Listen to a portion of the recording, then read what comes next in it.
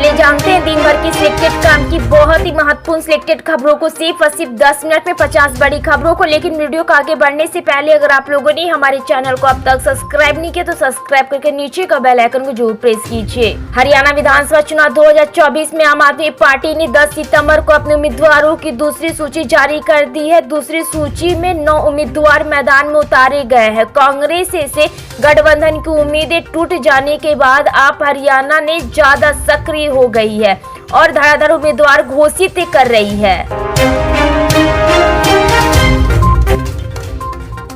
Bahujan Samajwadi party Bhajpa की प्रमुख मायावती ने कांग्रेस नेता राहुल गांधी के आरक्षण पर दिए गए बयान पर पलटवार किया। मायावती ने आरोप लगाया है कि SC ST OBC का आरक्षण खत्म करने के लिए कांग्रेस सालों षड्यंत्र में लगी है।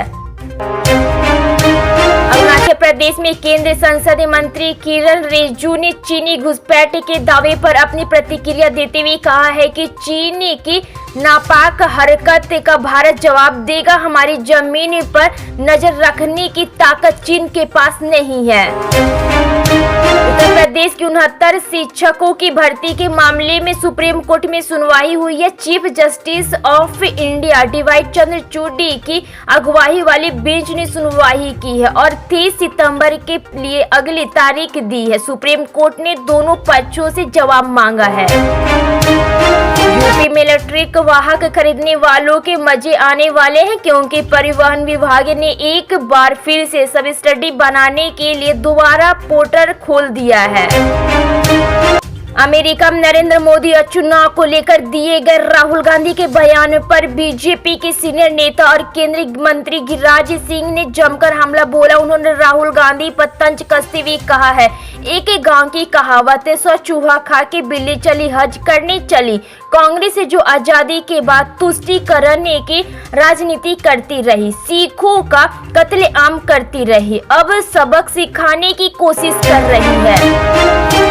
पूर्व गृह मंत्री और कांग्रेस के दिग्गज नेता सुशील कुमार शिंदे का बड़ा काबुलनामा सामने आया है जिसे पर सियासी पारा चढ़ने लग गया है। उन्होंने कहा है कि जब वह देश के गृह मंत्री थे तब उन्हें कश्मीर जाने से डर लगता था।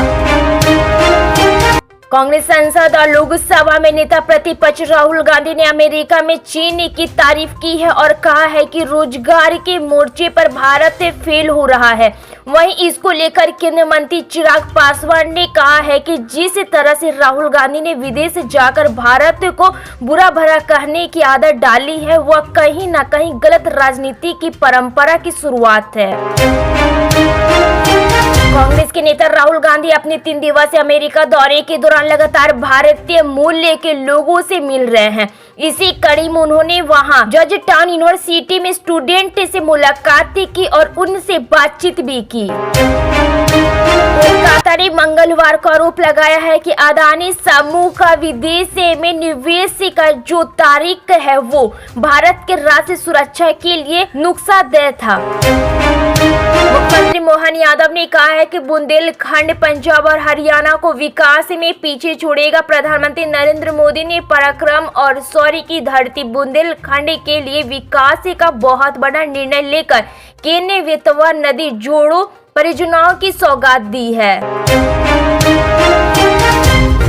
उत्तर प्रदेश के ग्रेट नोएडा स्थित एक्सपो मार्ट सेंटर में 11 सितंबर को एक महत्वपूर्ण कार्यक्रम आयोजित होने जा रहा है। इसी कार्यक्रम में मुख्यमंत्री नरेंद्र मोदी और उत्तर प्रदेश के मुख्यमंत्री योगी आदित्यनाथ शामिल होंगे।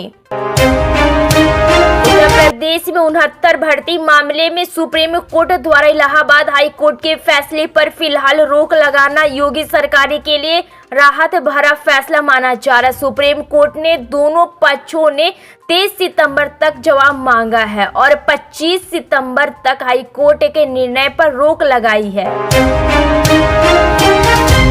मुख्यमंत्री नायब सिंह सैनी आगामी हरियाणा विधानसभा चुनाव 2024 में लाडवा सीट के लिए अपना नामांकन दाखिल करने के लिए तैयार है। नामांकन दाखिल करने से पहले उन्होंने पार्टी कार्यकर्ताओं और लाडवा के लोगों के प्रति आभार व्यक्त करते हुए उनके अमूल्य समर्थन पर जोर दिया। महाराष्ट्र में आगामी विधानसभा चुनाव को लेकर सियासी पारा हाई है। सभी दलों ने अपनी अपनी तैयारियां शुरू कर दी है। इस चुनाव में किसकी जीत होगी और कौन हारेगा, इसे लेकर कई तरह के दावे भी किए जा रहे हैं। इसी बीच शरद पवार गुट ने एक चौंका देने वाला दावा किया है। महाराष्ट्र में भारतीय जनता पार्टी बीजेपी के नेतृत्व वाली नेशनल डेमोक्रेटिक अलायंस एनडीए को तगड़ा झटका लग सकता है। ऐसा इसलिए क्योंकि वहां विधानसभा चुनाव से पहले एक ताजा सर्वे में रिजल्ट सामने आए हैं, जो कि बेहद चौंका देने वाला। सर्वेक्षण की माने तो राज्य के आगामी 20 चुनाव में विपक्षी गठबंधन महाविकास आघाड़ी एमवीए एनडीए को अच्छे खासे अंतर से पछाड़ सकता है। सीटों का यह फैसला 20 के आसपास हो सकता है। कांग्रेस सांसद राहुल गांधी, जो इस समय अमेरिका के 3 दिवसीय दौरे पर है, फिर प्रधानमंत्री नरेंद्र मोदी, भाजपा और राष्ट्रीय स्वयंसेवक संघ आरएसएस पर हमला बोला है। विदेशी धरती पर अपने देश और पीएम मोदी की खामियां गिनवाते हुए राहुल गांधी बोलते हैं कि भाजपा को तो भारत की समझ ही नहीं है। उन्होंने कहा है कि 2024 के लोकसभा चुनावों से पहले लोगों के अंदर जो डर था अब वो खत्म हो चुका है, जबकि मोदी 56 इंच की सीना, भगवान से सीधा संबंध, यह सब कुछ खत्म हो चुका है। यह अब इतिहास बन चुका है। अमेरिकी कार्यक्रम में राहुल गांधी का पीएम और आरएसएस पर फिर से हमला, 56 इंच की सीना अब इतिहास बन चुका है।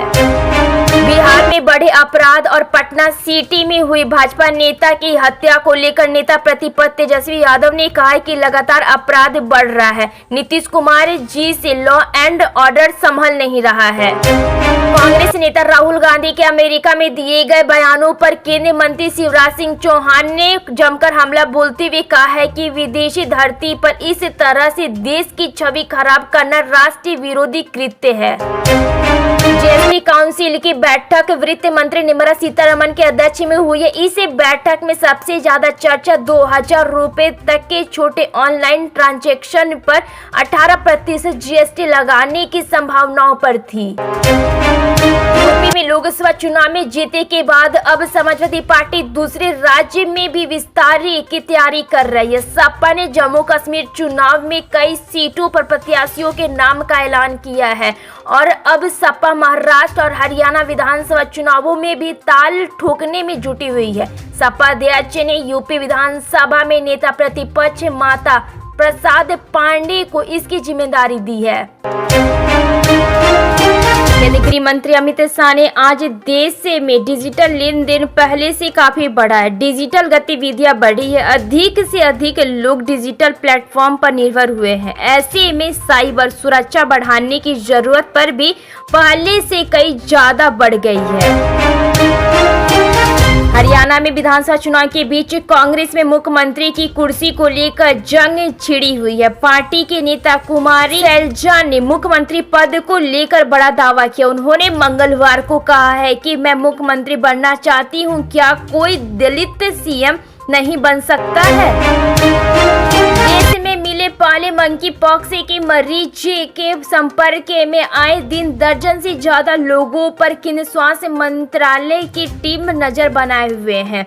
फिलहाल सबसे ज्यादा निगरानी हरियाणा के हिसार में होने लगी है। हरियाणा में जैसे जैसे वोटिंग का दिन नजदीक आ रहा है, वैसे ही राज्य की राजनीति का रंग भी गहरता जा रहा है। 90 संसदीय हरियाणा विधानसभा के लिए 5 अक्टूबर को वोट डाले जाएंगे। स्वराज पार्टी के संयोजक प्रशांत किशोर इन दिनों लगातार बिहार विधानसभा में विपक्ष के नेता तेजस्वी यादव पर हमलावर है। किशोर ने तेजस्वी यादव पर भाई भतीजावाद से लाभ उठाने का आरोप लगाया है।